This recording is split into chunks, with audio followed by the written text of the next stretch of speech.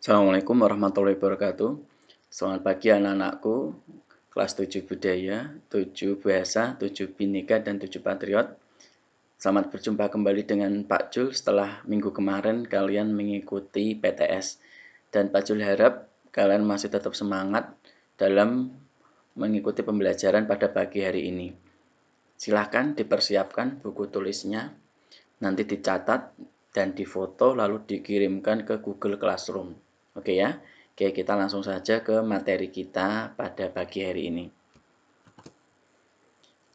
Nah, materi kita pada pagi hari ini yaitu mengenai tentang interaksi sosial. Nah, oke, interaksi sosial.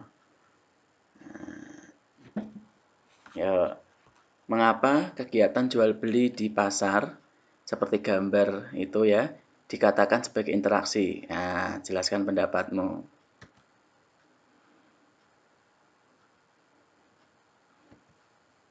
Nah, tujuan pembelajaran.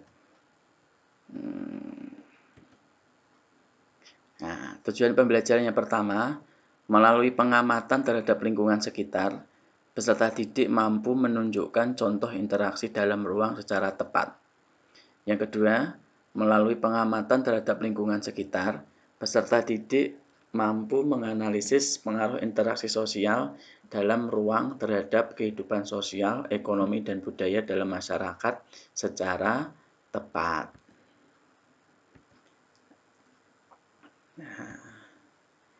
Nah, coba kalian perhatikan gambar yang kalian lihat itu ya. Ada gambar di dalam ruangan kelas ya. Seorang Pak Guru sedang mengajar siswa-siswinya. Nah, gambar yang kedua, seorang siswa dan siswi mencium tangan Bapak Guru dan Ibu Guru ketika masuk waktu pagi hari.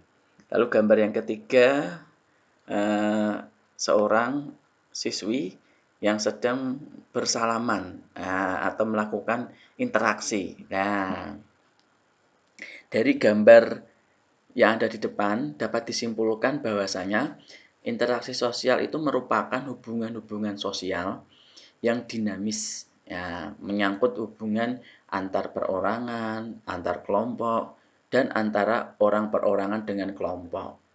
Nah, dalam interaksi sosial, hubungan yang terjadi harus dilakukan secara timbal balik oleh kedua belah pihak. Artinya, kedua belah pihak harus saling merespon. Nah, jika yang satu bertanya, maka dia menjawab. Jika diminta bantuan, dia membantu. Jika diajak bermain, dia ikut bermain. Nah, dengan demikian, interaksi sosial adalah hubungan yang terjadi antar manusia dengan manusia yang lain, baik secara individu maupun dengan kelompok. Oke, kita lanjut lagi.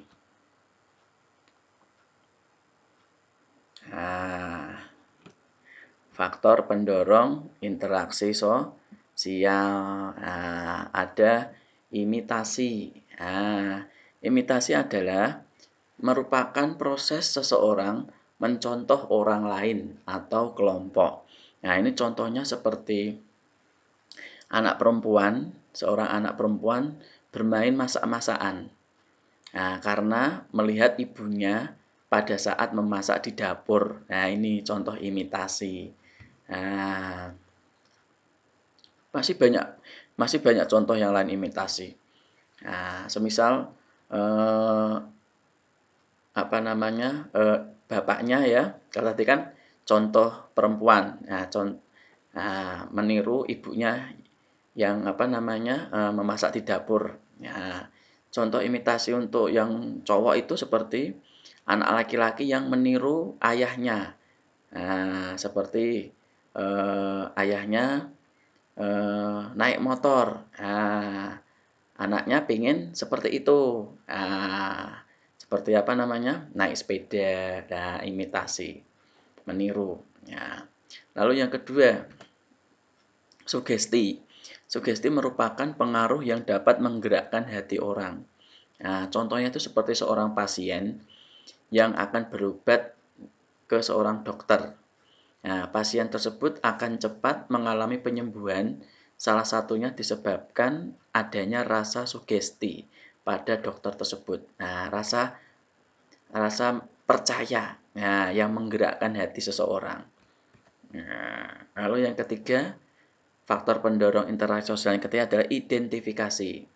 Nah, merupakan kecenderungan atau keinginan dalam diri seseorang untuk menjadi sama dengan orang lain. Nah, contohnya seorang anak yang mengidolakan pemain bola. Nah, dia ngefans dengan pemain bola, semisal Cristiano Ronaldo ya. Sehingga semua tingkah laku idolanya akan dilakukan. Nah, baik cara berpakaian, cara bertingkah laku, sifat, dan lain sebagainya, identifikasi, ditiru total semuanya. Nah, beda ya dengan imitasi ya.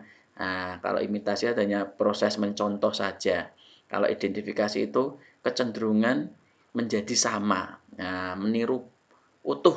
Nah, lalu faktor pendorong yang keempat adalah simpati. Nah, simpati merupakan kemampuan untuk merasakan diri seolah-olah dalam keadaan orang lain dan ikut merasakan apa yang dilakukan, dialami, atau diderita oleh orang lain. Nah, contohnya pada saat tetangga kita yang tertimpa musibah, maka kita ikut merasakan kesedihannya dan berusaha membantunya. Nah, itu. Nah, syarat terjadinya interaksi sosial. Nah, ada dua. Nah, perhatikan ya. Syaratnya ada dua. Nah, yang pertama adanya harus ada kontak sosial. Nah, yang kedua ada komunikasi. Nah, itu ya. Nah, kontak sosial itu harus ada dua juga, berdasarkan caranya dan berdasarkan dampaknya. Kalau berdasarkan caranya, kontak sosial langsung ataupun kontak sosial tidak langsung. Kalau berdasar dampaknya, kontak sosial positif dan kontak sosial negatif. Nah, itu. Kontak sosial langsung itu langsung bertemu. Nah, ya, atau kontak sosial tidak langsung itu ya melalui chat ya atau telepon. Nah, itu tidak langsung. Ya. Lalu komunikasi, unsur-unsur komunikasi.